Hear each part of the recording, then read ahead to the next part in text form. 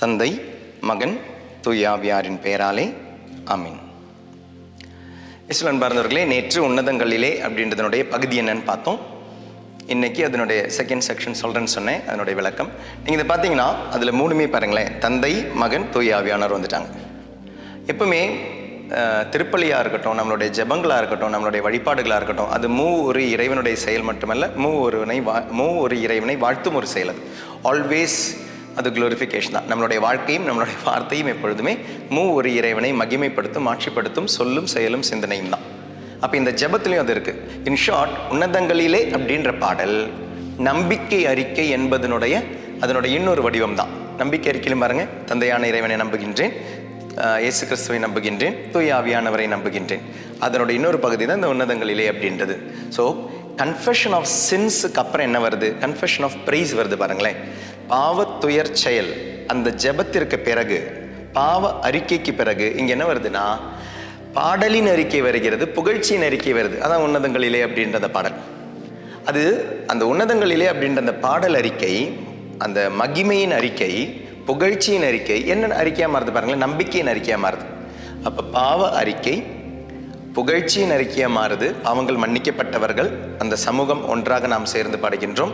ஆனால் ஆண்டவரை புகழும் அறிக்கை என்ன அறிக்கையாக மாறுது? நம்பிக்கை அறிக்கையாக மாறுது. So it is in a form of exorcism. அப்போ நமக்குள்ளே இருக்கிற தீய சக்தி, தீய ஆவி, அதாவது பாவங்கள் அனைத்துமே நம்மளிலிருந்து கொணர அந்த பேய் ஓட்டுவது அப்படின்ற எக்ஸாசிசம், அதனுடைய பல விதமான சடங்குகள் இருக்குது, முறைகள் இருக்குது. அதனுடைய ஒரு ஷார்ட் ஃபார்ம் ஆஃப் எக்ஸாசிசம் தான் நான் சொன்னேன். தந்தை, மகன், தூய ஆவியாரின் பெயராலேன்னு போடுறது ஷார்ட் ஃபார்ம் ஆஃப் எக்ஸாசிசம். அதே மாதிரி இன்னொரு ஃபார்ம் ஆஃப் எக்ஸாசிசம் தான், கொஞ்சம் கூட பெரிய ஒரு ஃபார்ம் ஆஃப் எக்ஸாசிசம், பேய் ஓட்டுதல் தான் நம்பிக்கை அறிக்கை. அப்போ இந்த உன்னதங்களிலே அப்படின்ற பாடல் நம்ம அவ்வளோ உற்சாகமாக நம்ம பாடும்பொழுது, புரிஞ்சு நம்ம பாடும்பொழுது, ஆண்டவரே நீர் ஒருவரே, you alone are the true God அப்படின்னு நம்ம சொல்லும் பொழுது உண்மையாகவே அதில் நம்ம ஆண்டவரை மகிமைப்படுத்துகிறோம், மாட்சிப்படுத்துகிறோம், நம்புகிறோம். தந்தையான ஆண்டவரை நம்புகிறோம், இயேசு கிறிஸ்துவை நம்புகிறோம், தூய ஆவியானவரை நம்புகிறோம். So confession of sin is taking it to confession of praises, is taking it to confession of faith. பாவறிக்கை புகழ்ச்சியின் அறிக்கையாக மாறுது. இந்த புகழ்ச்சியின் அறிக்கையில் நம்பிக்கையின் அறிக்கை இருக்குது. ஆண்டவரே நீர் ஒருவரே, அது ரெவலேஷன் 15:5-3 and 4 வாசிக்கிறோம். நம்ம திருவெளிப்பாடு 15வது அதிகாரம் 3-4 திருவசனங்களில் இருக்குது. ஆண்டவரே நீர் ஒருவரே, அது அங்கே மட்டும் கிடையாது, திருப்பாடலையும் இருக்குது. 83வது அதிகாரம் 19வது வசனம், ஆண்டவரே நீர் ஒருவரே. பிலிப்பியருக்கு எழுதிய திருமுகம் 2வது அதிகாரம் 11வது வசனம், ஆண்டவரே நீர் ஒருவரே.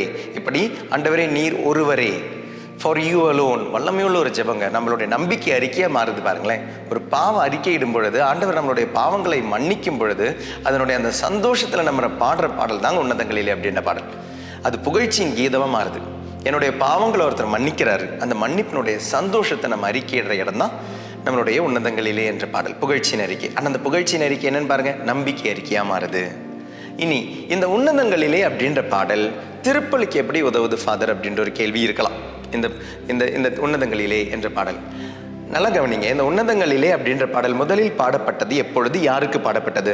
வானதூதர்கள் ஆட்டிடையர்கள் கிட்ட பாடுறாங்க. அவங்க அந்த பாட்டை கேட்குறாங்க. கண்டிப்பாக வானதூதர்களோடு சேர்ந்து அவங்களும் பாடியிருப்பாங்க. ரிப்பீட்டடாக அந்த பாட்டு இருந்தாங்க. அந்த பாடல் பாடப்பட்டு பெத்லஹேமிற்கு கடந்து சென்றார்கள். வானதூதர்கள் இடையர்களுக்கு பாடினார்கள். அவர்கள் பெத்லஹேமிற்கு போய் அன்னை மரியாளுடன் இணைந்து அந்த குழந்தையை எங்கே பார்த்தாங்க?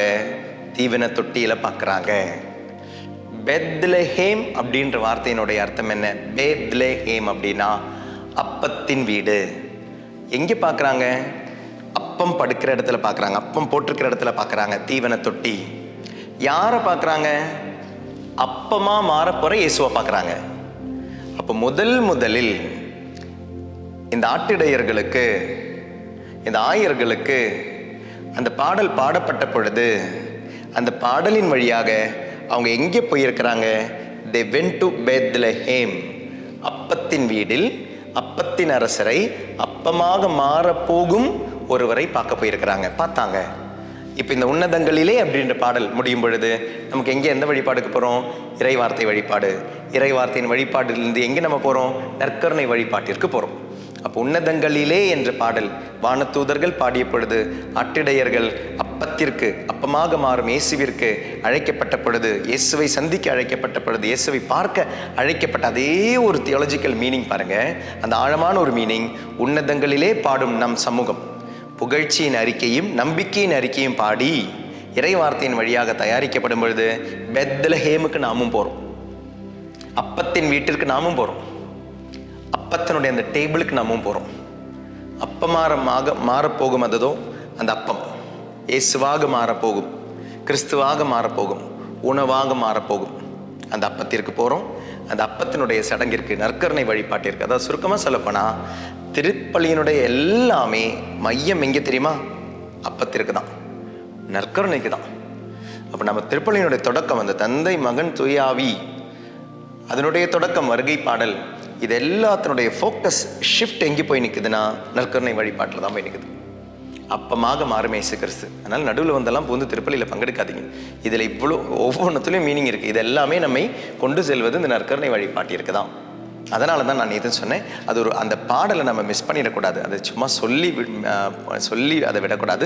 It should be sung. அவ்வளோ அழகாக அதை நம்ம பாடியே ஆக வேண்டும், எல்லாரும் சேர்ந்து பாடணும். So all roads lead to Rome அப்படின்னு சொல்கிற மாதிரி திருப்பலினுடைய எல்லா ஜெபங்களும், எல்லா அசைவுகளும், எல்லா பொருட்களும், எல்லா மனிதர்களும் ஃபோக்கஸ் ஆகுறது எங்கே தெரியுமா? அந்த நற்கருணைக்கு தான் எல்லா ஆக்ஷன்ஸும். அதனால் நம்மளுடைய சின்ன ஒரு ஆக்ஷனாக கூட இருக்கலாம், சின்ன ஒரு அசைவு கூட இருக்கலாம். அதனுடைய மீனிங் எல்லாமே என்ன தெரியுமா?